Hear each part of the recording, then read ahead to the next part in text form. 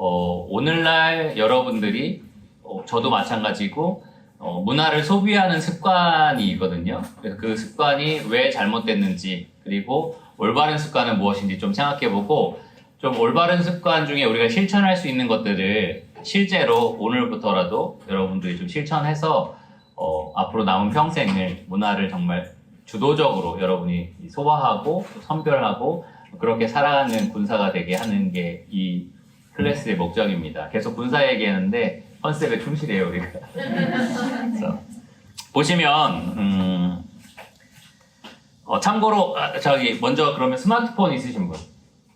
없으신 분? 난 투지폰이다. 다 스마트폰 사용하시네요. 나는 하루에 스마트폰을 한 10분 정도 쓰는 것 같다. 혹은 1시간 이하로 쓴다. 예. 혹시 아이폰 쓰시는 분? 스크린 타임이라는 거 있는 거 아세요? 네, 그걸로 하면은 몇 분 쓰는지 나오거든요. 혹시 스크린 타임 적용만 하고 계시는 분? 한번 지금 확인해 보시겠어요? 스크린 타임. 제가 아내폰 스크린 타임 좀 확인해 보자 그랬더니 절대 안 된다고 계속 제 거를 제가 이렇게 스크린 타임 봤더니 일일 평균 54분 이렇게 넣더라고요. 네, 그래서 사람들이 그러는데 1시간 정도 사용하면은 잘 사용하는 거라고 하는데 이제 일일 평균 뭐 그 정도 되고 그래서 나는 정말 잘한다 정말 잘 쓰고 있다라고 했는데 집에 있는 아이패드에 보니까 일일 평균 3시간 뭐 이렇게 돼 있어가지고 이게 합쳐야 되겠다 약간 그런 생각이 들어서 여러분 뭐 아이폰만 잘 된다고 되는 게 아니라 모든 기기를 합쳐서 내가 얼마나 쓰고 있는지 좀 생각해 볼 필요가 있고요. 물론 하루 종일 내가 한 2-3시간씩 말씀 듣는다 그러면 좀 다른 얘기가 되겠죠. 근데 어쨌든 어떤 습관들이 있는지 좀 살펴보기를 원합니다. 그 전에 먼저 아까 설교 시간에도 형제님이 말씀하신 것처럼 오늘날 시대가 어떤 시대인지 좀 살펴보려고 해요. 여기 보시면 타임지라고 유명한 미국의 신문이 있죠. 이 타임지에 보시면 1966년 판에 여기 이대 형제가 한번 읽어주겠어요? 여기 처음 영어로 돼 있는 타이틀을 한번 읽어볼까요? 영어? 네, 영어 잘하니까. 캐나다, 예. 이거? 예.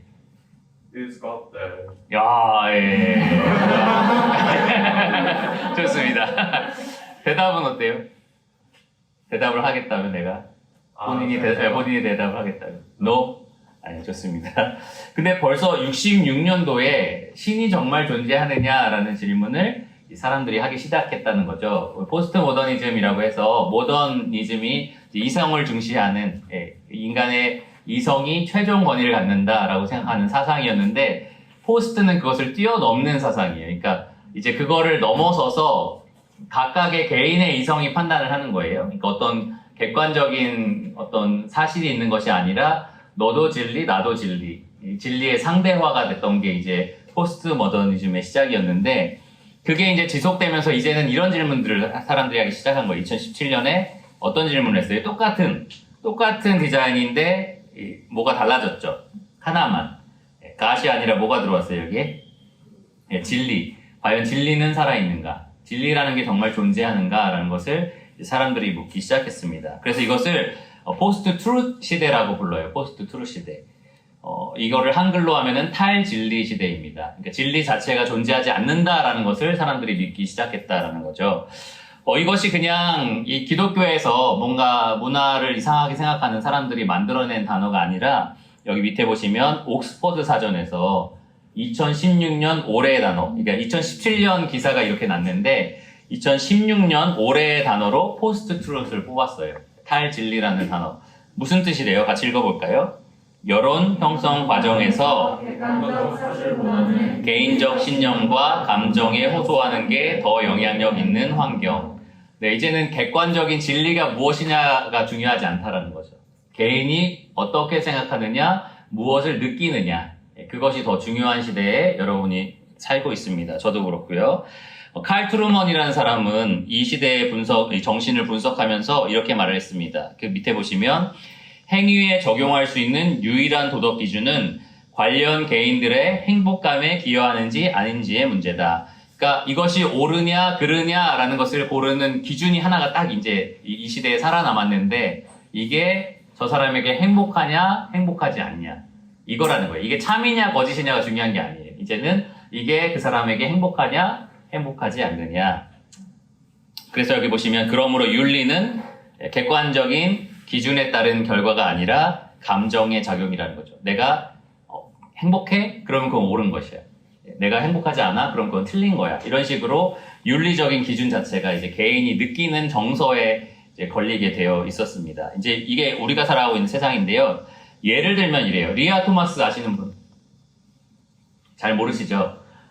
수영 선수예요. 남자 수영 선수로 남성부에서 462등인가를 했던 이 수영 선수인데 저는 이제부터 여자예요라고 하면서 여성 수영 선수 거기 대회에 나가기 시작하면서 신기록을 막 세우고 이제 상도 다 휩쓸어요. 다 1등.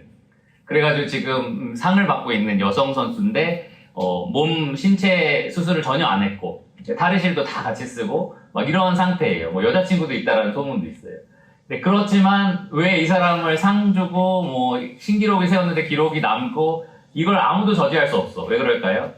우리가 사는 세상은 이 사람이 옳다고 느끼면 그게 진리니까. 이 사람이 행복하다고 느끼면 그게 진리니까. 이게 너무 어이없잖아요, 여러분. 그쵸? 말도 안 된다라고 생각이 드시죠? 근데도 이게 공공연하게 인정되고 있는 세상에 우리가 지금 살고 있다라는 거예요. 굉장히 무서운 세상에 우리가 살고 있습니다.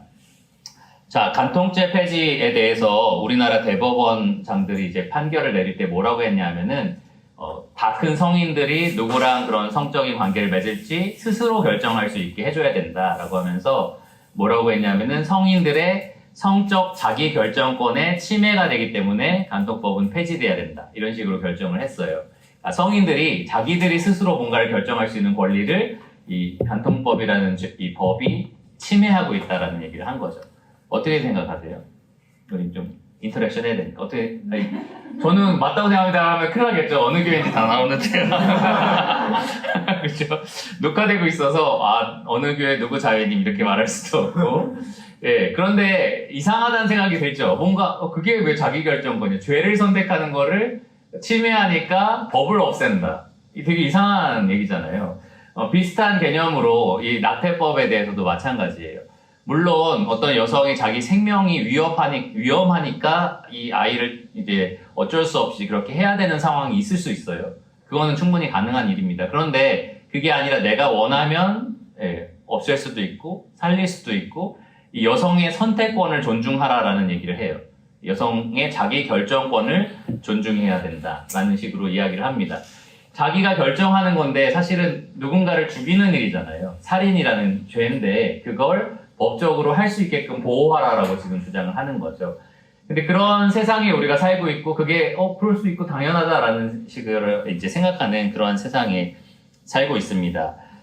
동성애 얘기도 교회에서 많이 하는데 어떤 사람들은 왜 교회에서 자꾸 동성애랑 낙태만 얘기하냐라고 하는데요. 사실 이게 사회의 전체적인 근간을 무너뜨릴 수 있는 죄라서 그래요. 낙태는 여러분 생각보다 정말로 많은 아이들이 죽고 있어요. 뭐 나치 정권, 소련의 무슨 공산주의 정권이 들어섰을 때 수천 명의 사람들이 막 죽었거든요. 그거보다 훨씬 많은 아이들이 지금 죽어가고 있어요. 그러니까 정말 무서운 죄들이 지금 일어나고 있어서 교회에서 얘기를 하는 거고요. 동성애도 마찬가지로 아까 제가 그 리아 토마스 얘기를 했지만 제가 오늘부터 조정이라는 사람은 여자로 이제 생각을 하기로 했습니다. 여러분 받아들일 수 있겠어요? 안 되죠. 너무 여자같이 안 생겼잖아요. 그렇죠? 네, 그러기도 하고 내가 가지고 있는 생물학적인 사실이라는 게 존재하잖아요. 그러니까 리얼리티라는 게 존재하잖아요. 그런데 내가 생각하는 이 정신 때문에 그 리얼리티가 그냥 바뀔 수 있다? 이게 말이 안 되는 얘기잖아요, 사실은. 그러면 난 이제부터 나무라고 생각해요. 그럼 나무인가? 아니면 강아지라고 생각하면 강아지인가? 아니잖아요, 그렇죠? 근데 우리가 살아가는 세상은 그게 옳다라고 말하는 세상이라니까요. 너무 신기하지 않아요? 이게 참 말이 안 되는 세상인데 우리가 참 그런 세상에 지금 살아가고 있습니다. 그래서 네모박스를 보시면 이 세대의 문화는 이렇게 계속 말을 해요. 내가 느끼는 것이 곧 뭐라고요? 진리. 내가 행복한 것이 곧 옳은 것이다. 이게 이 세대 문화가 우리에게 계속해서 이야기하는 것들입니다. 나중에 이야기하려고 했는데 요즘에 마녀사냥이라는 예능이 있어요. 혹시 아세요? 보신 분들 있어요? 손은 안 들어도 됩니다. 좀 프라이버시가 있고 그러니까. 근데 거기에서 어떤 말들이 이제 유행하냐면은 뭐라고 했죠? 선색 후사라는 말이 있대요. 무슨 말인지 알아요? 먼저 성관계를 맺고 그 다음에 사귄다. 그게 오늘날의 이제 이성교제의 문화라는 거예요. 그게 왜냐면 사귀면서 그런 관계를 맺으면 우리 헤어지자라는 말이 좀 하기가 좀 미안하대. 그러니까 그 전에 먼저 관계를 맺고 그 다음에 이제 결정을 하면 더 편하다. 이런 게 이제 오늘날의 이성교제 문화라고 하는데 기독교 관점에서 볼 때 이게 맞나요? 아니죠. 성경적 관점에서 정말 아니잖아요. 그런데 이 문화는 그렇다는 거예요. 내가 느끼면 옳다는 거예요. 내가 그렇게 하는 게 옳다고 생각하는데 라고 하면 그냥 옳은 거죠. 그런 문화권에서 우리가 지금 살아가고 있고 TV 예능이나 우리가 접하는 문화는 그게 맞는 것처럼 요즘 문화는 다 이래요. 약간 이런 식으로 얘기를 하는 거지. 그러니까 그런 걸 여러분이 만약에 자주 본다라고 하면은 어느새 그런 생각들이 여러분 마음속에 침투를 하는 겁니다. 그래서 언젠가 뭐 이 가운데 교제하는 사람이 좀 생길 수도 있겠지만 그러면 너무 좋겠어요. 미드바이블 커플이 좀 있어요. 몇 명 있어요. 근데 그런 교제를 할 때 형제가 그런 생각으로 물들어 있는 사람이야. 그런 걸 알았어 나중에. 그럼 깜짝 놀라겠죠. 어떻게 구원받은 형제가 이런 생각을 갖고 있지? 혹은 구원받은 자매가 이런 생각을 갖고 있을까? 여러분이 처음부터 그런 생각을 갖고 있던 게 아니에요. 이 세대의 문화가 이렇기 때문에 이게 조금씩 여러분을 막 가랑비가 옷 젖게 한다라는 표현 있잖아요. 그런 것처럼 조금씩 여러분의 마음을 그렇게 물들이고 젖게 만드는 겁니다. 우리가 이 문화를 대항해서 가져야 되는 마음은 그 다음에 나와 있는 것 같아요. 주가 말씀한 것이 곧 진리다. 내가 느끼는 것이 진리가 아니라 주님이 말씀하신 것이 곧 진리다. 그리고 내가 행복한 게 옳은 게 아니라 하나님 보시기에 옳은 것이 내게 행복한 거다. 이 순서를 바꾸면 사실 굉장히 큰 문제가 생깁니다. 행복한 게 옳은 게 아니라 옳은 것을 따르는 것이 행복한 거다. 이 세대에 반항하는 맞서 싸우는 우리의 생각이 이와 같아야 돼요. 같이 한번 읽어볼까요? 여기 참 진리의 말씀이 돼 있는 거. 주가 말씀한 것이 곧 진리다. 옳은 것을 따르는 것이 곧 행복한 것이다. 이거를 성경적으로 우리가 입증할 수 있는 말씀이 있다면 그 다음에 제가 인용한 로마서 12장 1절과 2절입니다. 같이 한번 읽어보겠습니다. 그러므로 형제들아 내가 하나님의 모든 자비하심으로 너희를 권하노니 너희 몸을 하나님이 기뻐하시는 거룩한 산 제물로 드리라. 이는 너희가 드릴 영적 예배니라. 너희는 이 세대를 본받지 말고 오직 마음을 새롭게 함으로 변화를 받아 하나님의 선하시고 기뻐하시고 온전한 뜻이 무엇인지 분별하도록 하라. 네, 우리는 이 세대를 본받지 말아야 돼요. 그게 명령입니다. 그리고 하나님의 온전하고 기뻐하시고 그런 선하신 뜻을 무엇인지 분별해서 그것대로 살아가야 되는 그러한 명령을 받았습니다. 그런데 그렇게 할 수 있는 비결이 무엇이냐 하면은 우리가 주일에 이제 저희 교회에서 제가 설교를 했었는데요. 가운데 있는 오직 마음을 새롭게 함으로 변화를 받아라는 이 부분이에요. 오른쪽에 보면은 그림이 하나 있습니다. 우리는 옛사람, 이 세대에 물든 이 옛사람을 벗어버려야 되고요. 그 다음에 새하얀 이 새 사람을 입어야 되는데 가운데 그렇게 할 수 있는 이 비결이 있어요. 뭐냐면은 심령이 새롭게 되는 것. 우리 마음이 새롭게 계속해서 씻기는 거죠. 그래서 지난 주일에 제가 유평교회에서 설교할 때 뭐라고 했냐면은 이 땀에 절은 옷을 입고 있는데 이거를 새로운 옷으로 갈아입으려면 샤워를 해야 된다라고 얘기했어요. 샤워하고 나서 옛날에 더러운 옷 도로 입고 싶지 않죠. 형제님 농구하거나 축구하고 나서 땀 뻘뻘 흘리고 나서 땀 식으면 도로 자야지 이렇게 하나요? 그렇게 안 하죠. 제 친구 중에 그런 사람 있었어요. 그런 사람 있었는데 결혼 전에 그랬는데 결혼 후에는 이제 젖으면은 방에 들어오지 마 이래가지고 이제 샤워를 한다고 해요. 근데 어쨌든 샤워를 하고 나면 우리는 옛 옷을 안 입고 싶어요. 그렇죠? 새 옷을 입고 싶어요. 그래서 샤워하는 우리 마음을 새롭게 빚어가고 새롭게 씻어주는 이 일을 우리가 계속해서 해야 되는 건데요. 중요한 거는 우리가 문화를 습득하는 데 있어서 그러한 일들이 벌어진다는 거예요. 좋은 문화를 여러분 습득하면 계속해서 새로운 마음, 새로운 심령이 되는 건데 오히려 세상적인 문화를 계속해서 여러분이 먹으면 이렇게 더러운 것들을 오히려 더 입고 싶어 하는 그러한 마음으로 변질이 된다라는 겁니다. 그래서 여기 밑에 보시면 그리스도인의 군사는 이 세대의 문화가 아니라 참 진리의 말씀을 따라야 한다는 것을 잘 안다. 여러분 다 잘 알고 계세요. 그렇죠? 그럼에도 실제로는 문화 전쟁에서 많이 패배하게 되는데 왜냐하면 이 심령이 새롭게 되어지는 것, 이 마음을 새롭게 하는 이 과정에서 실패하기 때문이에요. 여러분이 하루를 살아가면서 한번 잘 생각해 보세요. 여기 직장 생활하시는 분, 학생이신 분, 지금 학생이신 분은 어떤 생활하고 계세요? 뭐 방학이죠. 그러니까 아침에 한 6시쯤 일어나서 1시간 큐티하고 기도하면 그런 거 안 하죠. 10시쯤 일어나서 뭐 밤에는 넷플릭스 보느라 새벽 2시쯤 자서 이렇게 제가 막 일부러 여러분을 괴롭히려고 말하는 게 아니라 제가 다 해봤기 때문에 하는 얘기예요. 청년일 때 다 해봤기 때문에. 그런데 그래서 제가 이것들 준비하면서 좀 생각해 보니까 아 그랬구나. 내가 매일매일 그 당시에 살아가면서 내 마음을 새롭게 하는 일에는 그렇게 시간을 들이지 않았구나 라는 생각이 들었어요. 대부분의 시간은 세상 문화를 그냥 집어넣는데 썼다라는 생각이 들었습니다. 그러니까 여러분 문화전쟁을 제대로 치르려면 여러분이 문화를 어떻게 먹고 마시는지를 잘 생각해 보셔야 됩니다. 그래서 다음 장이죠. 다음 장을 보시면 문화전쟁에서 패배하게 만드는 잘못된 습관들을 한 3가지 정도 살펴볼 거고요. 그러면 승리하게 만드는 3가지 습관은 무엇인가 이렇게 찾아보고 오늘 시간을 마치도록 하겠습니다. 지금이 1시 반인 것 같아요. 그렇죠? 제가 주어진 시간은 몇 시까지죠? 2시 반인가요? 2시 반인데 쉬는 시간 이런 걸 다 생각해서 최대한 빨리 끝내도록 하겠습니다. 저 빨리 끝내는 거 어제 증명을 했잖아요. 그죠? 네. 박수 치시는데 네, 좋습니다. 넷플릭스 3시간 보면서 안 지루할 거면서 이거 네. 근데 저도 그래요. 저도 유튜브 보면 막 시간 가는지 모르는데 말씀 들으면 그렇습니다. 자, 이게 우리 옛 성품이 그래서 그런 것 같아요. 저도 이건 놀랍다. 어떻게 이럴 수가 있지 이런 생각이 드는데 이건 저희 옛 성품이 정말 이래서 그런 것 같아요.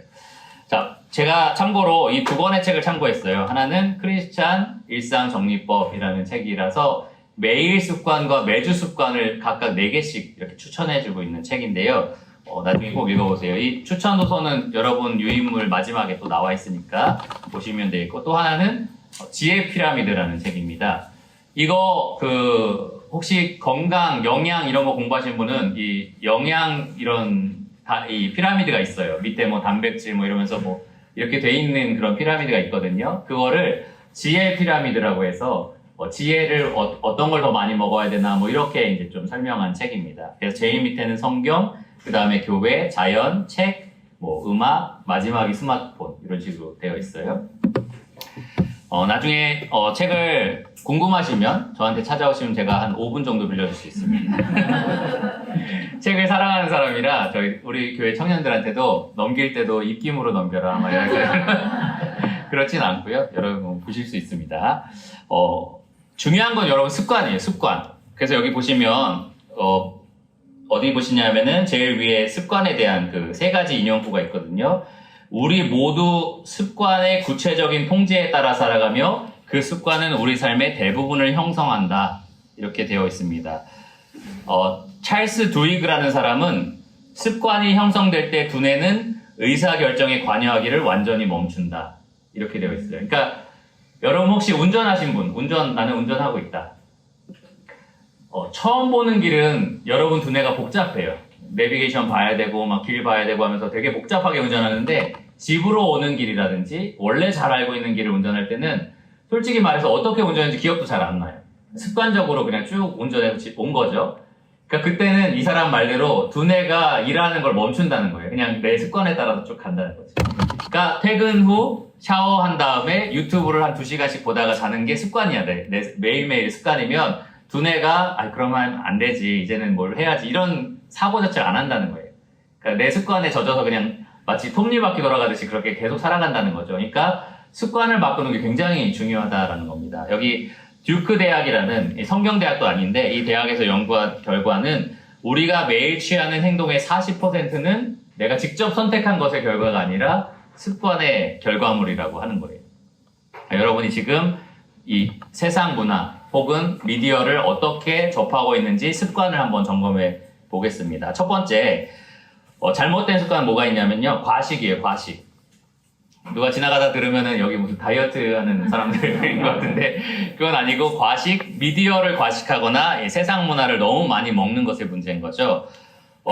여기 보시면 인터넷상에, 온라인상에 어느 정도의 양이 매일매일 새롭게 올라오는지 이렇게 책에 써 있습니다. DVD는 요즘에 잘 안 보지만 DVD 여기 2억 1276만 5,957장에 해당하는 데이터 양이 매일 새롭게 이 온라인상에 올라간다는 거예요. 정말 엄청난 양인 거잖아요. 이 엄청난 양의 데이터가 매일매일 이렇게 새롭게 쌓아지고 있는데 그것을 한국인은 하루 평균 5시간 통해서 보고 있다는 거죠. 그 데이터를.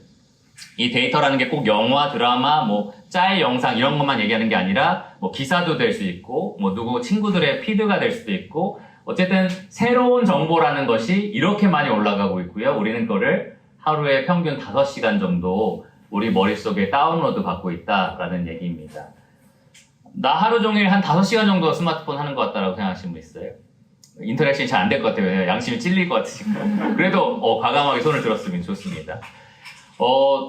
저는 그렇게까지는 내가 5시간씩이나 할까 싶은데 스크린 타임이 이게 우리가 1분이라도 살짝 보는 것도 다 계산을 하니까 이렇게 계산이 되는 것 같아요. 그래서 굉장히 많은 시간 우리가 사용하고 있다고 합니다. 이게 세계 3위래요. 우리나라가 항상 1등을 하고 싶어 하는 나라인데 왜 이건 3위일까 아쉽지만 어쨌든 예, 평균 5시간 이상. 여러분 방학 시간이면 아마 더 그럴 거고 직장인들은 아마도 그리스도인들은 술 마시거나 이런 게 없으니까 금요일 밤 네, 너무 좋죠. 불금 이러면서 뭐 술 마실 것도 아니고 막 그러니까 집에서 이제 신나게 미디어 과식을 우리가 할 때가 참 많이 있어요. 그러면 이 책의 저자가 말하기를 이 책이에요. 지혜 피라미드라는 사람 이 책의 저자가 5가지의 증상이 있대요. 현대인들이 과식하기 때문에 생기는 5가지 증상이 첫 번째로 불안과 스트레스. 나는 그렇게 불안하지 않은데 괜찮은데 라고 생각할지 모르겠는데요. 이런 거 있어요. 저도 그래요. 저도 이렇게 많이 사용하진 않는데 항상 시끄럽게 뉴스 올라오고 기사 올라오고 이 사람 막 소식 들려오고 뭐 몇 시에 나한테 카톡 오고 메일 오고 이런 게 너무 힘들게 하는 게 사람을 막 어떤 메일 계속 지우느라 바빠. 스팸 신고를 했는데도 계속 와. 그럼 계속 지우고. 그러니까 이런 새로운 정보들이 우리한테 계속 강요가 되니까 이제 너무 불안하고 짜증이 나는 거죠. 그러한 현상들을 오늘날 우리가 겪고 있다는 거예요. 너무 볼 게 많고 너무 들을 게 많아요. 스마트폰 없던 세상은 여러분 신문 기사를 가서 보면 보는 거였고 뉴스를 틀면 보는 거였는데 이제는 스마트폰만 들면 너무 보라고 하는 게 너무 많은 거예요. 그러니까 이게 너무 짜증나는 거. 너무 불안하고 너무 이제 힘든 겁니다. 스트레스가 있는 거죠. 이거 자체가 이 정보가 너무 과잉되기 때문에 스트레스가 있는 겁니다. 두 번째로는 이런 걸 좀 생각해 봤는지 모르겠어요. 방향상실과 파편화라는 건데 우리가 인터넷 서핑이라는 얘기를 합니다. 인터넷 서핑, 그쵸? 지금은 많이 안 하나요? 옛날에는 웹 서핑 해가지고 웹에 들어가서 이것저것 내가 찾아가는 거를 웹 서핑이라는 얘기를 했어요. 서핑이 뭔지 아는 사람? 다 알죠? 네. 뭐 얘기해 보시겠어요? 영어니까 한번 얘기해 줄까요? 맞습니다. 근데 바다가 망망대해잖아요. 그래서 목적지 없이 서핑을 하면 그냥 어디로 갈지 모르고 계속 서핑만 하는 거예요. 근데 지금 그렇다는 거예요. 정보가 너무 많으니까 사람들이 나 뭐에 대해서 찾아봐야지 하고 들어가는 걸로 끝나는 게 아니라 이것 찾고 저것 찾고 왔다 갔다 하다가 그냥 끝난다는 거죠. 그러니까 이렇게 방향을 상실하게 되는 거고 이 저자가 뭐라고 했냐면 이제는 인포메이션 시대가 아니라 인포테인먼트라는 거예요. 그러니까 내가 어떤 정보에 대해서 정말 알고 싶어서 본다기보다는 이걸 통해서 그냥 즐기려고 본다는 거죠. 그러니까 그런 시대가 됐다라고 하고요. 이 파편화라는 말은 뭐냐면은 예를 들어서 여기 형제 전공이 뭐예요? 초등교육. 그러면 초등학생의 심리나 이런 걸 내가 연구하고 싶다. 그럼 그 심리에 대한 아주 깊이 연구한 통찰력 있는 어떤 그 글을 쭉 읽는다는 게 아니라 요즘 초등생 뭐가 문제, 뭐 이런 이슈된 거를 파편적으로 배운다는 거죠. 그러니까 이게 통합적으로 정리된 어떤 이론을 내가 딱 배우면 좋겠는데 그게 아니라 여기서 조금 저기서 조금 서로 연결도 잘 안 돼. 이런 정보들이 내 머릿속에 다 들어오니까 이게 뭔가 나에게 체계적인 지식으로 쌓이는 게 아니라 그냥 잡다한 것만 다 알고 있는데 이게 정말 맞는 건지도 모르겠고 막 이런 것들이 다 섞여 있다라는 겁니다. 그러니까 이런 식의 정보만 우리가 쌓아가고 있다라는 거죠. 그러니까 옛날에 비해서 우리가 많은 걸 알고 있는 사람이라고 착각을 하는데 사실 옛날 사람만큼 깊이 알지는 못하는 거죠. 이것저것에 대해서 들어본 적은 있는 사람들이야. 근데 그거에 대해서 얘기해보라면 얘기할 게 별로 없어. 그냥 그거 어디서 본 적 있어. 어디 네이버 뉴스에 나왔는데 뭐 이 정도로 우리가 아는 거죠. 그러니까 그게 참 심각한 문제다라는 겁니다. 또 하나는 무기력하다는 거예요. 뭐냐 하면 이 사람 저자가 얘기하기를 뭐 아프가니스탄 전쟁, 뭐 지금 요즘에 러시아에서 우크라이나 전쟁, 막 누가 몇 명 죽었고, 뭐 건물이 깔렸고, 뭐 미사일이 발사됐고, 막 화산이 났고, 막 이런 거를 우리가 계속 듣잖아요. 그러니까 전 세계에 일어나는 모든 일들에 대해서 우리가 다 알고 노출돼 있는데 정작 내 앞에 뭐 엄마가 아프고 아빠가 아프고 뭐 성도가 누가 아프고 이런 거에 대해서는 이제 관심이 없는 거지. 활동은 안 해. 집에서 핸드폰이나 그 컴퓨터로 전 세계를 내가 다 돌아다니지만 실제로 나는 몸은 의자에 앉아 있는 것 뿐인 거죠. 그러니까 활동 자체는 거의 안 하는데 머리로만 그냥 여기저기 막 돌아다니는 이런 문제가 생긴다라는 거예요. 또 하나, 결정과 헌신의 마비. 혹시 이걸 뭐라고 부르죠? 웨이브나 뭐 이런 걸 뭐라고 하죠? 네? OTT? 네, 좋습니다. 좋은 용어 같아요. 근데 그런 거 볼 때 혹시 나 오늘 이거 영화를 꼭 봐야지 하면서 선택해서 보는 사람? 아니면 오늘 뭐 볼까? 들어가서 이렇게 보는 사람? 후자가 좀 많죠.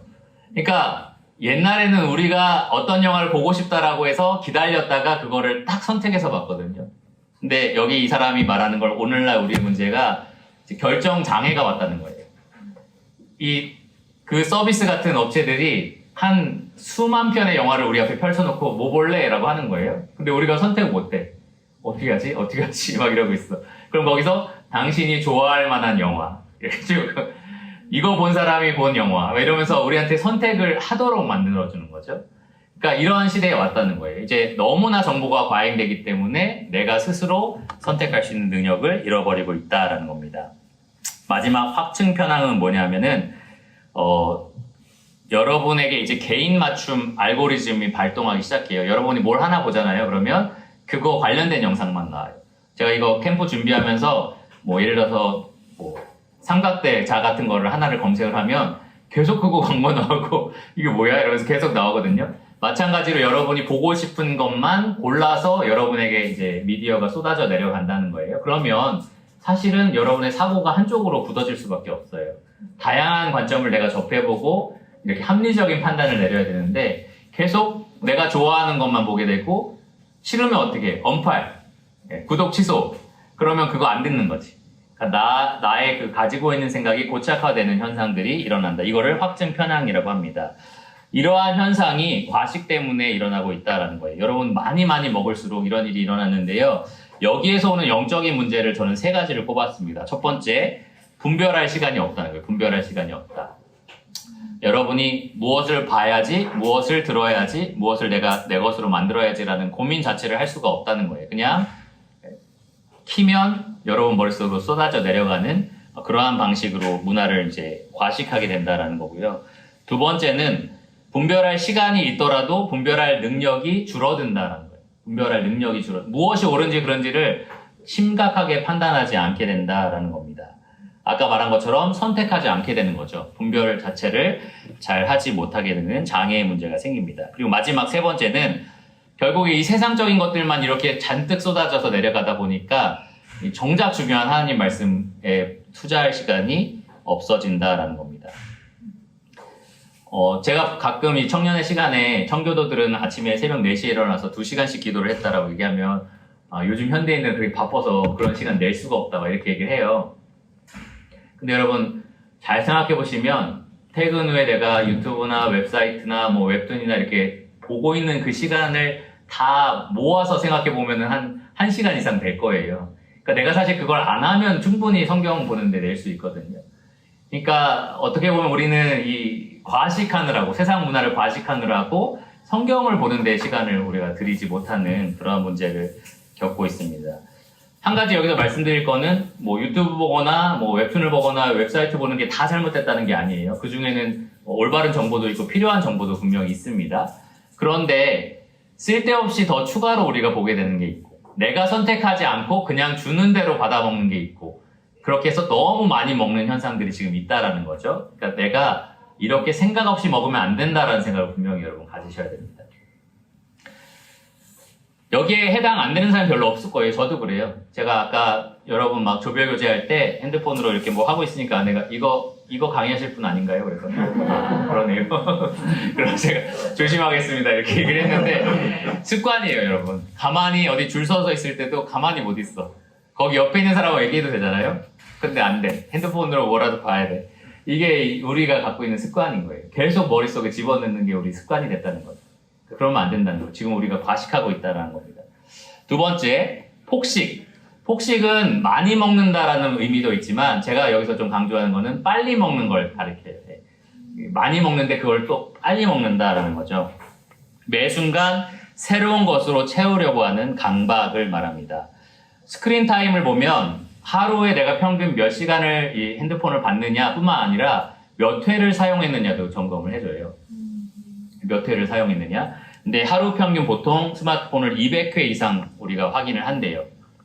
굉장히 많은 횟수인 거죠. 여러분도 한번 확인해 보시면 분명히 나올 겁니다. 몇 회인지 나올 텐데요. 뭐 1000회 이 정도 나온 사람은 대단하겠죠. 그런데 이게 실제로 우리 뇌의 문제를 가지고 온대요. 어떤 문제를 가지고 오냐?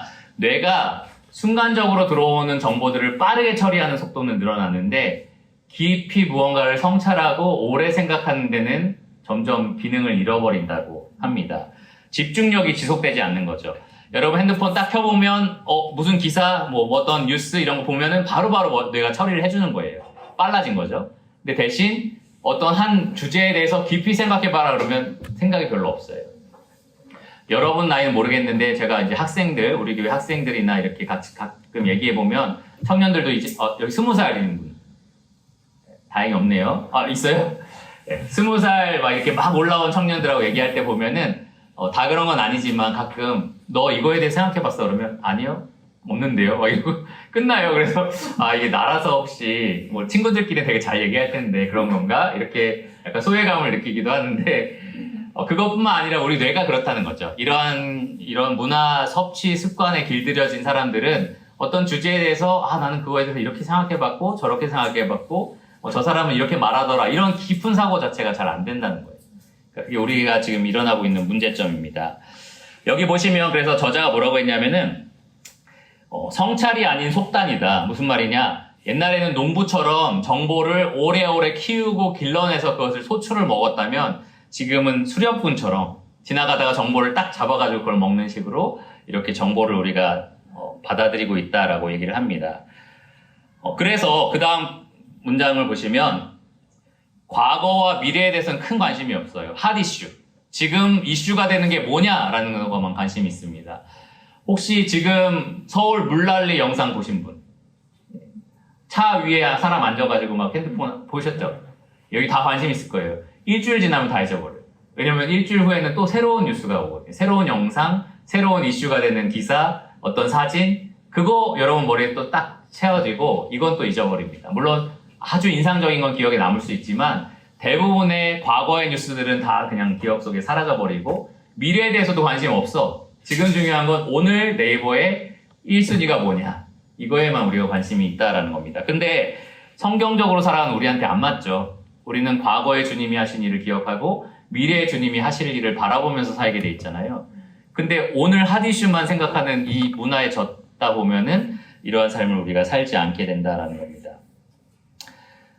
그래서 분별할 시간 자체가 없어요. 이게 정말 참인가? 오늘 이슈가 되는 거에 관심만 있지 이게 정말 참인가? 아닌가? 이런 걸 생각할 그런 시간 자체가 없어요. 미국의 한 토크쇼에서 지미라는 사람이 하는 토크쇼였는데 솔트레이크 동계올림픽이 있었던 때였어요. 근데 그 올림픽 나오는 선수랑 짜고 강아지 한 마리를 가지고 오겠어요. 그래서 여기 솔트레이크 시티인데 늑대가 발견됐어요. 막 여자가 이렇게 영상을 찍은 거예요. 핸드폰으로.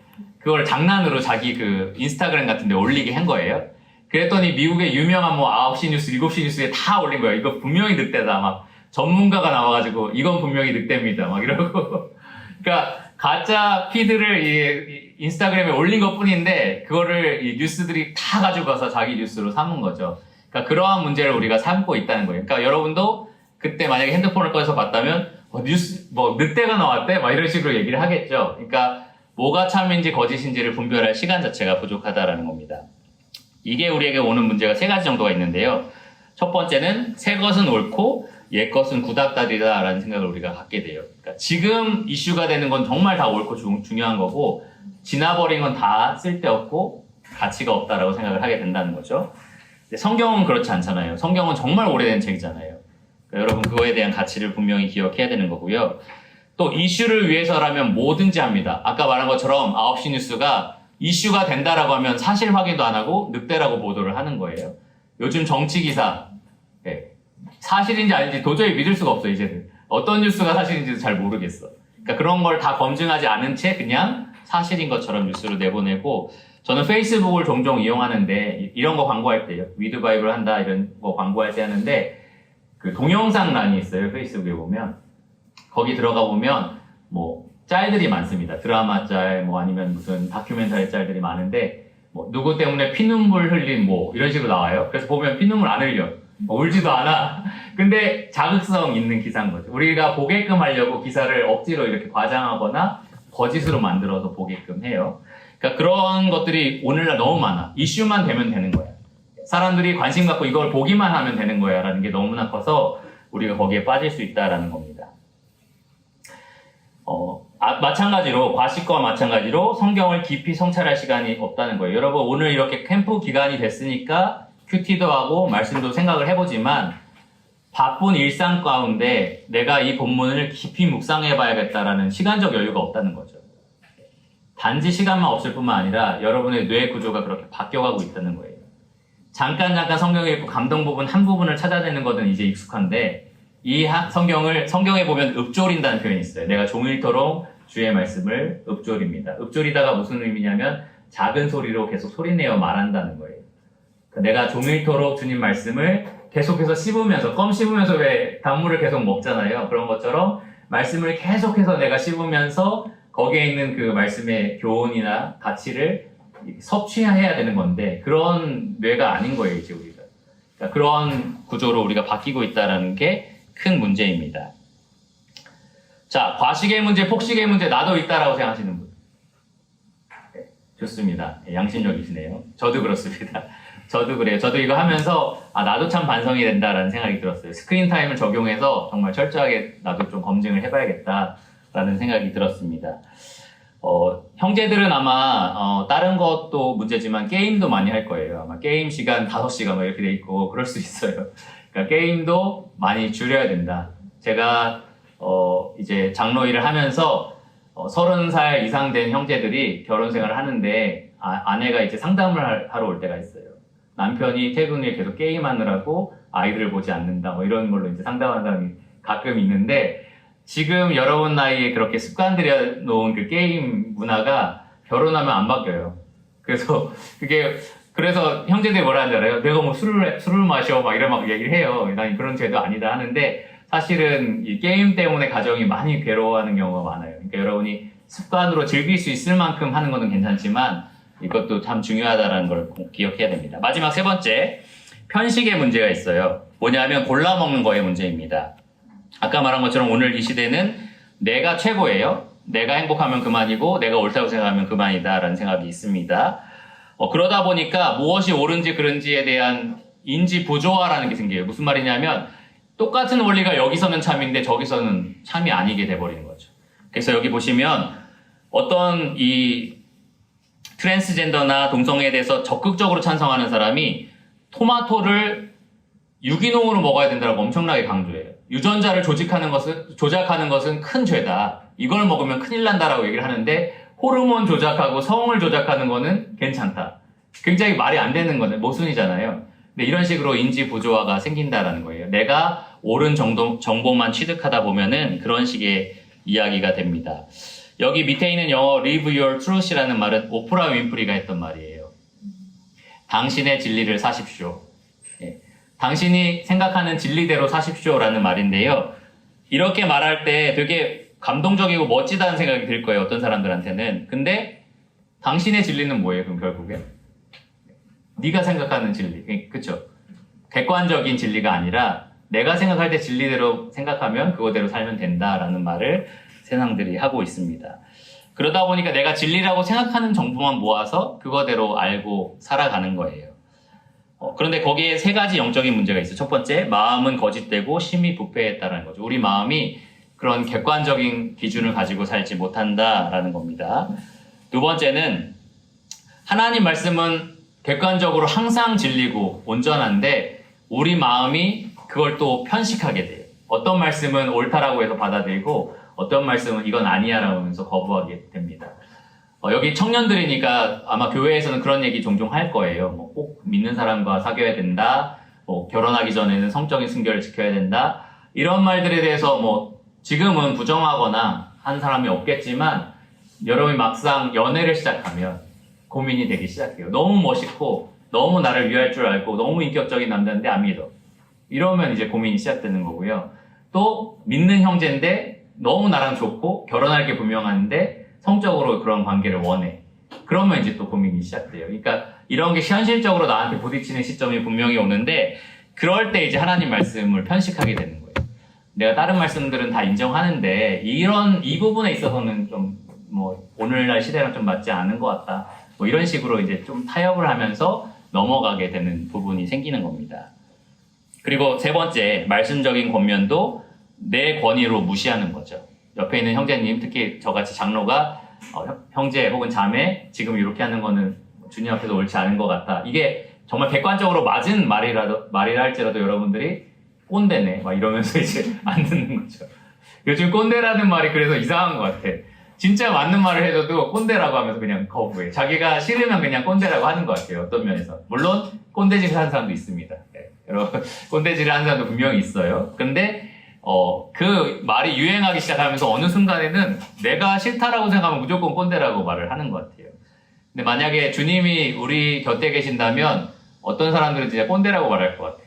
주님이 넌 이렇게 해라 저렇게 해라라고 말씀하실 게 분명하니까. 그러니까 우리가 그런 거에 대해서도 내 권위를 가지고 안 듣는 그러한 자세를 취하지 말아야 된다는 겁니다. 근데 이렇게 지금까지 말씀드린 이런 현상들이 여러분이 이렇게 해야지라고 의도적으로 반항심을 가져서 생기는 문제가 아니라 늘 여러분이 문화를 접하는 태도 때문에 자연스럽게 이런 태도가 생긴다는 거예요. 과잉으로 정보를 접하고 고르지 않고 분별하지 않고 막 먹고 그리고 너무 빨리빨리 이런 정보들을 접하면서 여러분도 모르게 하나님 진리에 대해서 이렇게 잘못된 습관들이 그런 태도들이 생긴다라는 겁니다. 그러면 어떻게 우리가 올바른 습관을 가질 수 있을까? 마지막 이 세 번째 문항을 살펴보겠습니다. 3장에 있어요. 세 번째 장에 있는데요. 여기서부터 나누는 이야기들은 여러분이 실제로 한두 개쯤 집에 가서 좀 적용을 해봤으면 좋겠어요. 아직 한 20분 정도 있으니까 제 시간 안에 맞출 수 있을 것 같습니다.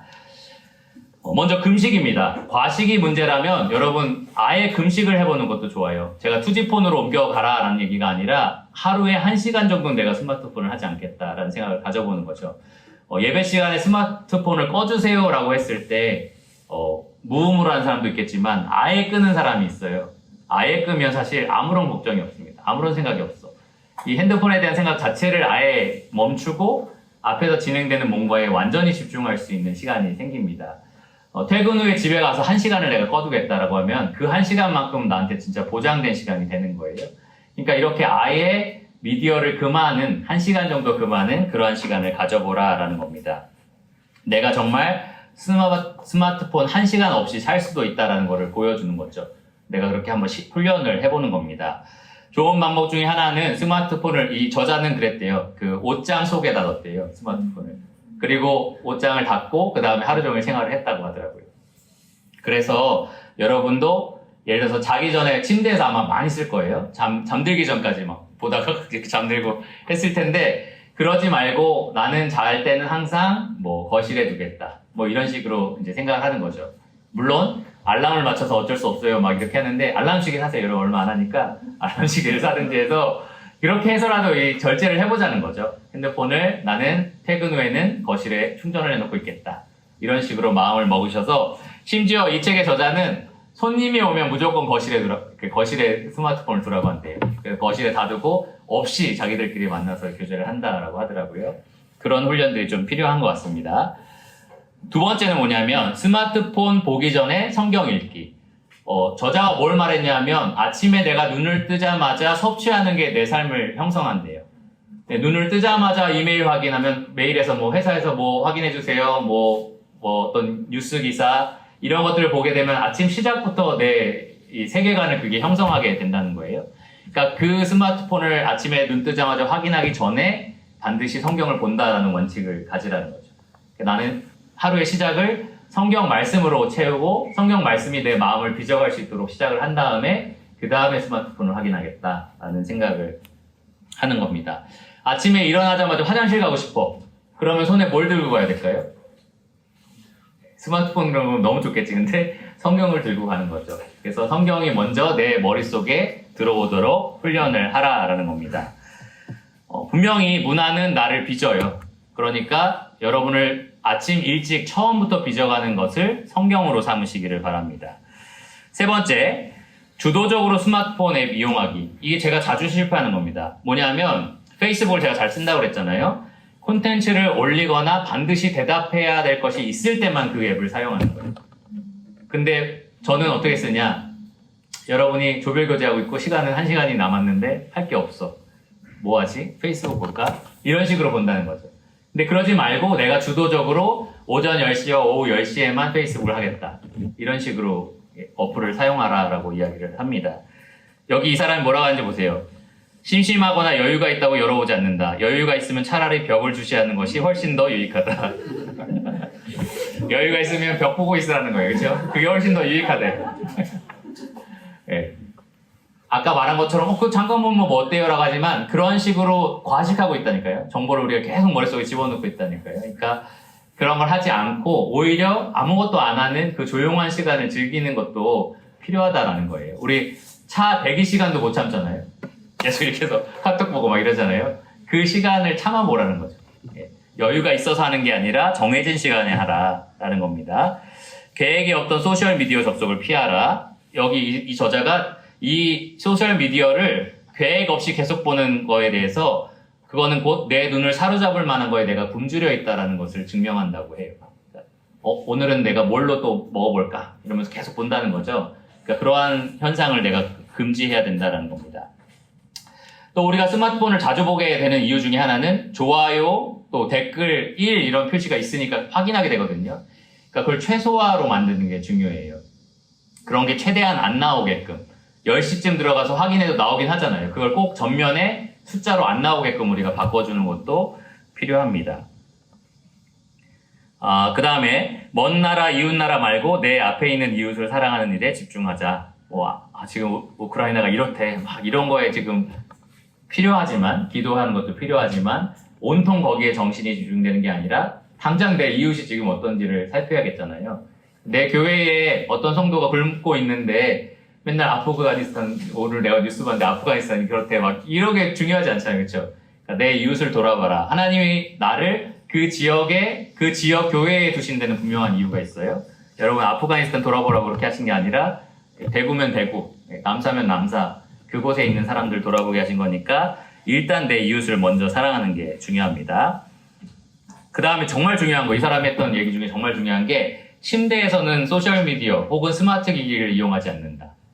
침대는 그냥 시간 제한이 없잖아요. 잘 때까지 계속 쓰니까 나는 침대에 올라오는 순간 스마트폰은 빠이빠이다. 이 생각을 가지고 살라라는 거예요. 지금 침대에서 쓰는 사람, 나는 스마트폰 주로 침대에서 사용합니다. 거의 대부분이죠.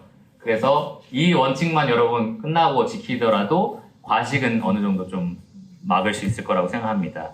그러니까 스마트폰을 가지고 침대에 올라가면 약간 전기 충격이 오게 한다든지 그래가지고 그래 스마트폰을 정말 여기 갖고 올라오면 큰일 난다라는 생각을 가지고 하시기를 바라고요. 제가 지금 결혼했어요. 전 결혼한 지 지금 15년이 됐는데 이런 상황이 너무 좀 안타까운 것 같아. 결혼한 부부가 카페에 갔는데 혹은 식당에 갔는데 둘이 계속 스마트폰 보고 있어. 얘기는 안 해. 이거 무슨 일 있대? 막 이러면서 이런 얘기만 하고 침대에 같이 누웠어. 그럼 서로 대화하고 하루 있었던 얘기도 하고 친밀감을 나누는 장소잖아요, 거기가. 근데 서로 스마트폰 하고 있어. 한 명은 게임하고 있고 한 명은 뭐 기사 보고 있고 이런 현상을 우리가 허용해서는 안 된다라는 거예요. 이 사람 저자는 여러분 다 성인이니까 말하면 침대는 휴식과 성관계를 위해서만 존재한다라고 얘기했어요. 그래서 침대는 딱 그 용도로만 사용하시고 스마트폰 사용하는 데 사용하지 마시기를 바랍니다. 자, 미디어를 선별하라가 마지막 항목이 금식에 뭐냐면 아까 말한 것처럼 뭐 볼까? 이 중에 뭐 볼까? 라는 식으로 접근하지 말고 뭘 봐야겠다라는 분명한 목적을 가지고 들어가라는 거예요. 내가 웨이브 신청을 했으면 오늘 뭐 친구들과 함께 혹은 나 혼자라도 이 영화 너무 보고 싶었는데 이걸 꼭 봐야겠다. 이 목적을 가지고 가서 보지 오늘 웨이브 해야지? 뭐 볼까? 이러면서 뒤적뒤적 하다가 보지 말라는 거죠. 그러니까 분명한 목적을 가지고 들어가서 보라라는 겁니다. 그리고 목록을 작성하세요. 내가 보고 싶었던 영화라든지 드라마를 아예 목록을 작성해서 그걸 뭐 베스트 5로 좀 추리든지 해가지고 뭐 목록을 작성해서 한 100개가 나와. 다 봐야지. 막 이러면 똑같이 과식이잖아. 정하기만 한 거고 과식인 거잖아. 그렇게 하지 말고 추려서 한 5개 뭐 이런 식으로 추려서 요거만 보겠다라는 생각을 가지고 보시라는 거죠. 목록 작성할 때는 신뢰할 만한 사람들한테 물어봐서 목록을 작성하시기를 바랍니다. 쓸데없고 막 건강을 피폐하게 만드는 그런 영화나 뭐 그런 거 보지 마시고 괜찮은 거를 좀 골라서 보시기 바랍니다. 또 시간을 정해서 보세요. 오늘 시간 여유가 있는데 그냥 영화나 볼까? 뭐 이렇게 보지 마시고요. 나는 뭐 금요일날 여기 써있는 것처럼 저녁 8시에서 10시까지는 미디어 시간. 그래서 이 저자는 일주일에 최대 4시간을 하라고 하더라고요. 그러니까 최대한 그렇게 시간을 정해서 그 시간만 미디어를 보겠다라는 생각을 가지시고요. 이왕이면 짤 말고 길게 정리된 영화, 정리된 미디어. 그러니까 짤은 여러분 저도 요즘에 조금 이렇게 좀 빠져 있고 그런 게 있는데 아무 기억이 안 나. 어젯밤 1시간을 본 것 같은데 뭘 봤는지 하나도 기억이 남지가 않아요. 짤은 그렇게 전혀 막 기억에 남지 않는 파편적인 정보들이니까 충분히 편집되고 우리에게 메시지를 전달해 줄 수 있는 이 제작된 영상들, 제작된 그런 기사들 이런 것들을 좀 정리해서 보라라는 겁니다. 그게 참 전쟁인 것 같아요. 저도 짤은 되게 처음에 한 1, 2초를 흥미로운 부분만 처음에 딱 보여주거든요. 그리고 나서 한 1, 2분을 보여줘요. 이 전체가 다 쓸데없어 사실 보면은 이거 다 모음집 해봤자 다 쓸데없는 건데 그런데도 이게 되게 중독성이 있고 우리 눈을 확 이끌거든요. 근데 이런 거를 여러분 아예 끊어버리고 저는 그래서 페이스북에 좀 요청을 해서 동영상 그거를 좀 개인이 안 보고 싶으면 안 보이게 하면 안 되나? 이런 것도 혹시 되나요? 제가 몰라서 그러나요? 뭐 그런 게 좀 있었으면 좋겠다는 생각이 들어요. 우리가 할 수 있는 부분도 있대요. 여기 보시면 자동 플레이 기능을 끄는 게 있대요. 유튜브를 틀었는데 자동으로 다음 영상으로 이어지는 그 기능을 끄는 게 있다고 합니다. 조금 과감하게 나는 영상을 핸드폰으로는 절대 안 볼 거고 무조건 TV로만 본다. 이런 걸 결정하는 것도 괜찮아요. 그러면 확실히 스마트폰은 용도가 정해지게 되고요. 이제 영상 볼 때는 TV로만 이제 보게 되는 게 있습니다. TV는 사실 좀 불편해요. 유튜브도 막 이렇게 마우스처럼 이렇게 막 해가지고 찾아야 되고 안 보게 되죠. 그래서 그런 방식도 필요하고요. 함께 보는 것도 좋습니다. 혼자 보면 그러니까 혼자 보면 그러니까 다시 같이 보면 안 볼 영상인데 혼자 보면 볼 영상들이 있죠. 그런 걸 걸러내는 데 있어서는 같이 미디어를 보는 것도 참 좋습니다. 이 중에 실천하고 싶은 것들이 좀 있나요? 예. 여기서 괜찮네, 뭐 괜찮겠다라고 하지 마시고요. 실제로 실천해보세요. 오늘 밤이라도 누우면 스마트폰을 안 하는 거. 뭐 이런 연습을 좀 하셔가지고 여러분 반 중에 혹시 이 강을 안 들은 분이 있을 거예요. 근데 그러면은 안 보고 딱 누우면 뭐 이렇게 얘기하면 이건 나 이제 안 하기로 했어. 이러면서 멋있게 오늘 하루만 그렇게 보여주면 되잖아요. 내일부터는 주님이 보시니까 잘 지키면서 그렇게 하시기를 바랍니다. 자, 이게 첫 번째 금식이었고요. 두 번째는 느리게 먹는 거. 폭식의 반대인 느리게 먹기. 깊이 성찰할 시간을 가져라입니다. 여기 말씀들은 시간이 없으니까 나중에 찾아보세요. 그러니까 여기에서 제가 제안하는 것들은 뭐냐면 다 느리게 생각할 만한 습관들을 제가 적어놨습니다. 첫 번째는 독서예요. 자, 한 달에 한 권 이상 책을 읽는다. 좀 있어요, 그래도. 한 5권 이상? 네.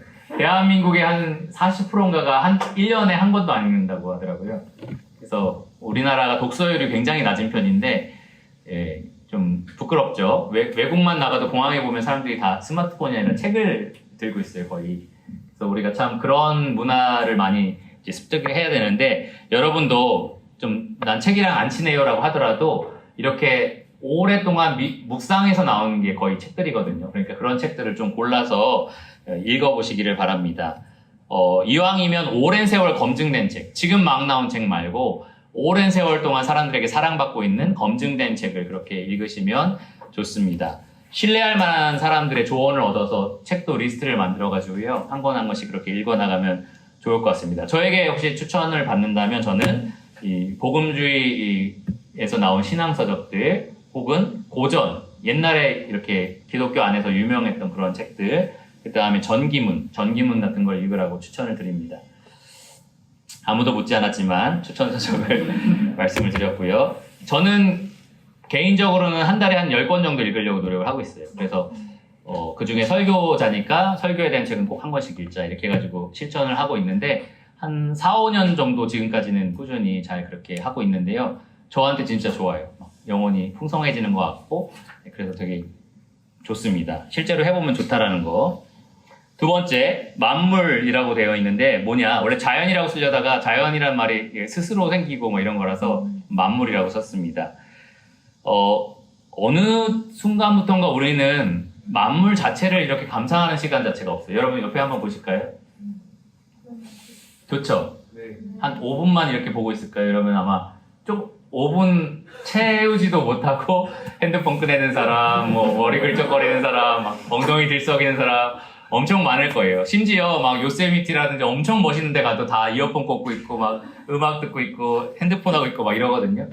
근데 이 저자는 하나님이 성경을 통해서 말씀하셨고 두 번째 책으로 만물을 통해서 말씀하신다고 되어 있어요.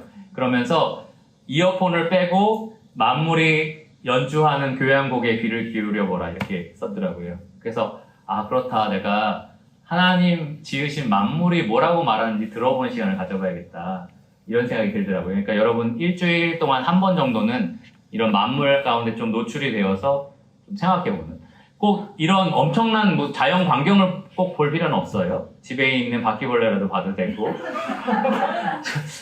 이게 좀 농담 같지만 저희 집에는 가끔 지네가 나와요. 그래서 지네가 나오면 저는 막 아내는 막 난리가 나는데 저는 막 주 하나님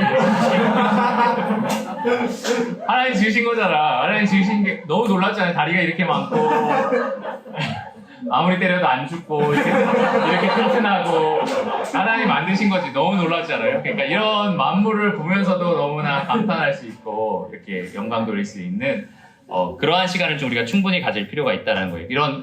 이런 소음을 빼고 핸드폰도 손에 들지 않고 이어폰도 꽂지 않고 오직 만물을 통해서 하나님을 생각하는, 옛날에 마틴 루터라는 영화에서 루터가 구원받고 나서 막 바닥을 구르면서 막 꽃을 막 잡으면서 주님이 아버지께서 이걸 만드셨군요 막 이러면서 막 감탄하는 그런 장면이 있는데 약간 막 닭살이 저렇게까지 표현해야 되나 막 이런 게 있는데 그 장면이 계속 생각나요. 아 내가 만물에 대해서 하나님과 연관지어서 이렇게 깊이 묵상해 본 적이 있었나?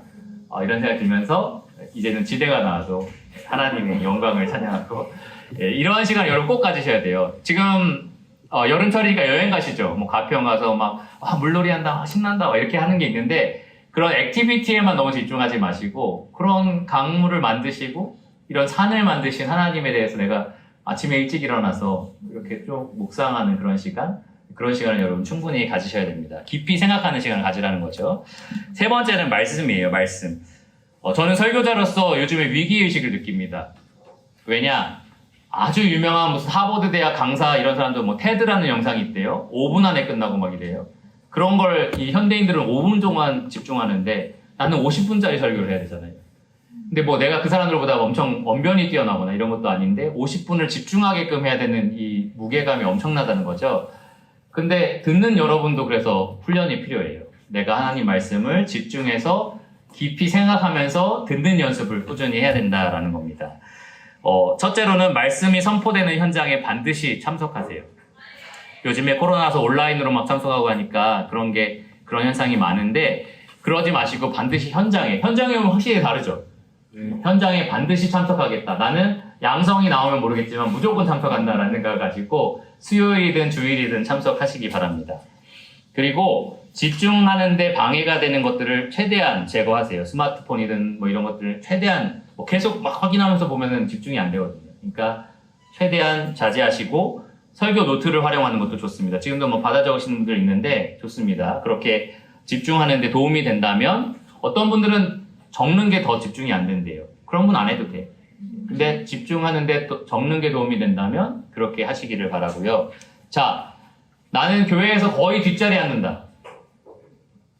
왜죠? 집중이 더 잘 되나요? 물을 많이 마셔. 물을 많이 마셔서 그냥 텀블러를 준비해 주셨습니다. 가끔 청년들 중에 제일 뒷자리에 앉는 사람들이 있어서 이 처음부터 안 들을 생각인가? 약간 그런 생각이 들 때가 있어요. 근데 저도 대학교 때 생활해봤지만 저희는 뭐 400명씩 앉았어요. 그러니까 진짜 큰 강의실이겠죠? 근데 그런 강의실에 팬 뒷자리에 앉는 애들은 거의 포기했다고 생각해요. 자고 안 들을 생각을 아예 하고 앉는 거죠. 그래서 저는 막 복학하고 나서는 거의 앞자리나 뒷자리 두 번째 줄 정도는 앉았던 것 같아요. 근데 확실히 앞에 있으면 집중이 더 잘 됩니다. 그러니까 여러분 의도적으로도 그렇게 앞자리를 서로 싸우면 좋겠어요. 막 내가 앉을 거야 이러면서 막 싸우면 좋겠습니다. 자, 마지막 한 5분 정도 남았는데요. 골고루 먹기입니다. 골고루. 다양한 관점을 접하라입니다. 두 가지 항목이 있어요. 첫 번째, 교재예요, 교재. 여러분 혼자 미디어 기기를 통해서 정보를 쭉 받아들이는 게 아니라 다른 생각이 있는, 그러니까 뭐 불교를 말하는 게 아니에요. 불교 신자를 만나는 게 아니라 나랑 다른 생각과 사고를 할 수 있는 인격체를 만나라는 거죠. 그런 내가 선별하고 언팔할 수도 있고 그냥 막 구독할 수 있는 그런 어떤 미디어 기계나 무슨 서비스를 계속 들여다보지 말고 그거에 대해서 사고할 수 있는 인격체를 만나라라는 겁니다. 그래서 이 책은 일주일에 한 사람과 꼭 대화를 나눠라. 1시간 이상 대화를 나눠라라고 얘기하고 있고요. 또 하루에 1시간 이상, 하루에 한 번은 다른 사람하고 식사를 하라고 돼 있어요. 그래서 하루에 다른 사람하고 매일 식사는 안 되는데 이랬는데 생각해보니까 결혼한 사람들은 뭐 남편과 아내와 먹을 수 있고 가족이 있는 분도 가족하고 먹을 수 있더라고요. 그러니까 그렇게 인격체와 함께 이렇게 시간을 나누는 것들을 좀 신경 써서 하시면 좋을 것 같아요. 일주일에 한 번 정도는, 한 시간 정도는 누군가와 꼭 대화하는 시간을 가지시고요. 근데 중요한 게 여기 하나 있어요. 나한테 편한 사람만 만나는 게 아니라 편하지 않은 사람도 일부러 선택해서 만나고요. 또 나를 챙겨줄 사람만 찾는 게 아니라 내가 챙겨야 되는 사람도 찾아서 만나시기를 바랍니다. 이 마크 데버랑 제로미 던롭이라는 사람이 매력적인 공동체라는 책을 썼는데 제가 이 책을 읽고 참 감명을 받았던 게 뭐냐면 이 사람이 지적하는 게 뭐냐, 요즘 현대 기독교인들이 이 그리스도인의 교제를 세상 교제랑 똑같이 생각해서 연령대가 맞고 뭐 성벽이 맞고 관심사가 맞는 사람끼리 모여서 하는 교제라고 생각하는 거예요. 근데 그리스도인의 교제는 그렇지 않대요. 초대교회 때부터 그런 사람들을 선별해서 뭐 그리스도인이 되게 한 것도 아니고 어떤 사람은 노예, 어떤 사람은 주인, 어떤 사람은 뭐 많이 배운 사람, 어떤 사람 하나도 모르는 사람 다 섞여 있는데 그들이 그리스도로 인해서 교제할 수 있었던 게 교회라는 거예요. 그러니까 여러분 처음부터 그런 마음 갖고 와야 돼요. 여기 뭐 캠프 왔는데 우리 교회는 아는 사람 별로 없고 나이 차이가 많이 나고 이런 생각 자체가 약간 세상적인 생각이, 물론 저도 난 많이 가리거든요. 그래서 캠프를 잘 안 다녔어요. 그래서 충분히 이해해. 충분히 인간적으로 이해해요. 근데 그리스도인이라면 우리가 마음을 먹어야 된다는 거지. 난 이 사람하고도 교제를 해보겠다. 나이가 많아도 교제를 해보겠다. 저 사람 맨날 꼰대 같은데 그래도 교제 해봐야겠다. 이런 식으로 마음을 먹고 여러분이 교제를 이제 하라는 겁니다. 진짜 그리스도인의 교제는 자기의 민낯이 드러나는 걸 두려워하지 않아요. 상처받는 것도 두려워하지 않습니다. 그러니까 그러한 교제를 하라는 거고요. 이 책이었는지 누가 이런 얘기를 했어요. 오늘날 온라인 교제가 익숙한 세대가 어떤 특징을 갖냐면은 온라인은 내가 보여주고 싶은 모습만 보여줄 수 있대요. 화면 끄면 되고, 예를 들어서 문자로 교제하는 거는 내가 쓰다가 이거 아닌 것 같은데 그럼 편집하면 되잖아. 근데 대면 교제는 지금 자매님하고 저 눈을 마주치겠지만 내가 좀 지루하다 하면 눈빛에서 나와. 지루하다는 눈빛이 나오고 그러니까 숨길 수 없는 거예요. 우리의 그런 민낯이 안 숨겨지는 거지. 그리고 어떤 말들을 주고받았을 때 당황했다라든지 약간 이런 것들도 서로가 다 보이는 거예요. 그러니까 그런 것들이 노출되는 게 두렵지 않은 게 진짜 교제라는 거예요. 그런 내면에 있는 걸 다 꺼내놓고 이 사람 표현에 따르면은 우리 안에 있는 어둠을 빛 가운데 내보내는 복음적인 교제가 돼야 된다는 얘기를 했어요. 그러니까 우리가 그러한 대면하는 교제들을 끝까지 할 수 있어야 된다. 또 한 가지 교제에 있어서 정말 중요한 건데 그리스도인들에게 있어서 중요한 게, 여러분 이 캠프에서는 조별교제 제목, 이게 문제가 있으니까 영적인 교제를 나눠요. 근데 교회에서 교제하라라고 하면 보통 막 너 학교 어디가? 뭐 방학 때 뭐 할 거야? 약간 이런 얘기하고 끝. 이게 뭐 그리스도인의 교제인지 아니면 그냥 대학생들의 교제인지 잘 모르겠는 거지. 그러니까 그리스도인의 교제는 반드시 영적인 주제가 있어야 되는 거예요. 그러니까 무조건 막 갑자기 너 오늘 무슨 말씀 읽었어? 이렇게 하라는 게 아니라 일상적인 거를 영적인 걸로 전환하는 거를 여러분 잘 해야 된다는 거예요. 네. 그렇게 해야 된다는 거죠. 그거를 이제 교제 가운데 잘 해봐라. 그래서 근황 토크만 하고 끝나지 않도록. 그 다음에 연령대 모임인 청년부에 잘 참석해서 교제하는 것과 연령을 초월하여서 여러 사람과 교제하는 것. 여러분에게는 뭐 80세 친구도 있고, 뭐 10몇 세 친구도 있고, 이런 식으로 교제를 해야 된다는 거죠. 실제로 미국에 갔더니 한 80세 되는 할아버지가 My good friend Justin, 제 저스틴이거든요. 근데 good friend Justin이래서 내가 친구라고? 이런 생각을 가졌는데 이 사람들의 우정은 이 나이를 초월하는 거예요. 그러니까 우리가 그리스도 안에서 그런 우정을 가질 수 있다는 거고 여러분 천국에 가서 20살만 모여 이렇게 안 할 거 아니에요. 그렇죠? 여러분이 몇 살일지도 모르겠고 그렇죠? 그러니까 이 땅에 있을 때도 그렇게 다양한 교제를 한 가지만 좀 덧붙여서 말씀을 드리면 교회에서 무슨 그 어르신이 어떤 일이 있다더라 막 이런 소식 들릴 때 내 나이대가 아니니까 무관심하게 이렇게 흘려보낼 수 있거든요. 그러지 마시고 어떤 모친이 아프시대 그럼 나도 기도하고 내가 찾아갈 수도 있는 거 아니에요? 내가 전화할 수도 있는 거고 그리고 뭐 어린아이들가 그럼 뭐 주일학교 선생님들은 챙기려고 하는데 또 그런 거 관련 없는 청년들은 뭐 그런가 보다 그냥 넘기거든요. 물론 우리가 규모가 점점 교회가 생기면서 좀 어려워지는 부분도 있지만 지금 노력해야 되는 거예요. 그런 식으로 관심을 가지고 만나시기를 바랍니다. 마지막 5분 정도면 될 것 같아요.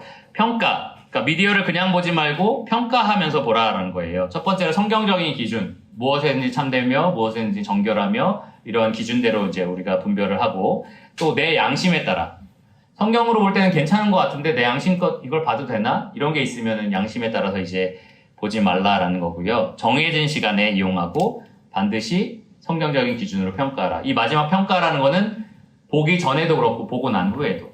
저는 그 기생충 영화도 상을 받았다고 해서 봤는데 봤을 때 뭐 재밌네 뭐 이게 되게 흥미롭네 이런 식으로 끝나지 말라는 거예요.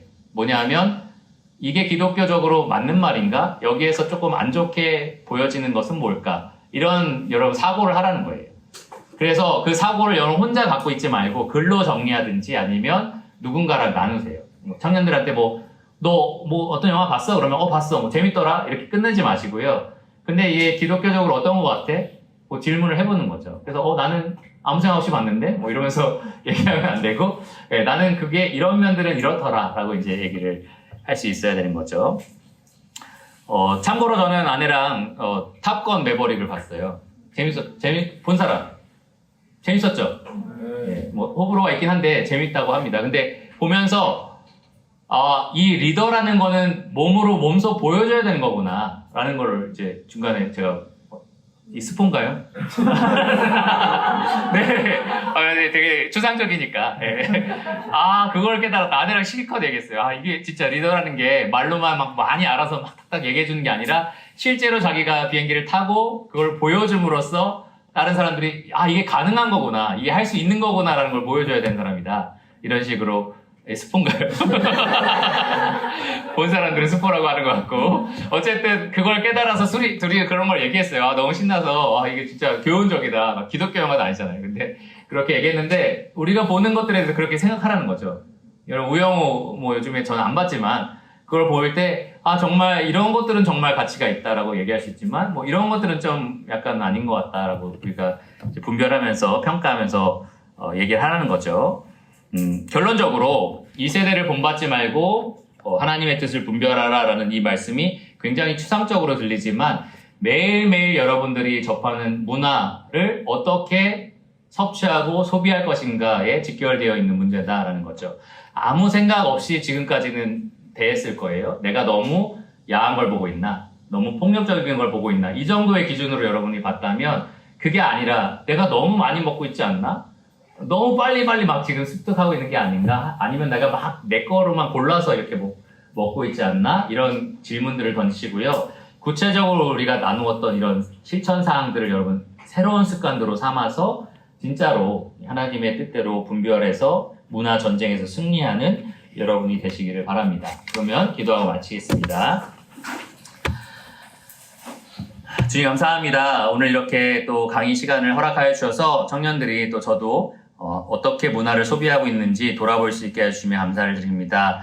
주님, 이 분야에 있어서 원수가 크게 승리하고 있고 또 우리가 정말 아무 생각 없이 패배하고 있는데 우리가 정신을 반짝 차리고 정말 문화 전쟁에 있어서 승리하게 하여 주시기를 원합니다. 우리가 이 세상이 주는 대로 그냥 받아먹는 게 아니라 정말 세상에 맞서서 주님을 사랑하는 마음으로 우리가 주도적으로 문화를 받아들일 수 있도록 또 문화를 평가할 수 있도록 도와주시기를 원합니다. 하나님 주신 만물과 또 말씀 가운데 우리가 깊이 성찰하고 또 우리가 주도적으로 삶을 살아갈 수 있도록 도와주시기를 원합니다. 여기 있는 청년들과 한 사람 한 사람 주님께서 만나주셔서 정말 새로운 삶의 습관들을 만들어갈 수 있도록 도와주시기를 원합니다. 모든 것을 예수님 이름으로 감사하며 기도드렸습니다. 아멘.